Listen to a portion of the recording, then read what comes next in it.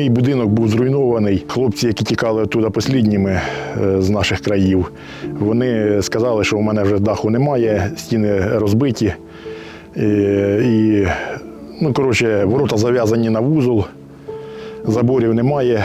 Біля сусідньої хати упав каб, через дорогу ще один каб. Вулицю нашу розбили.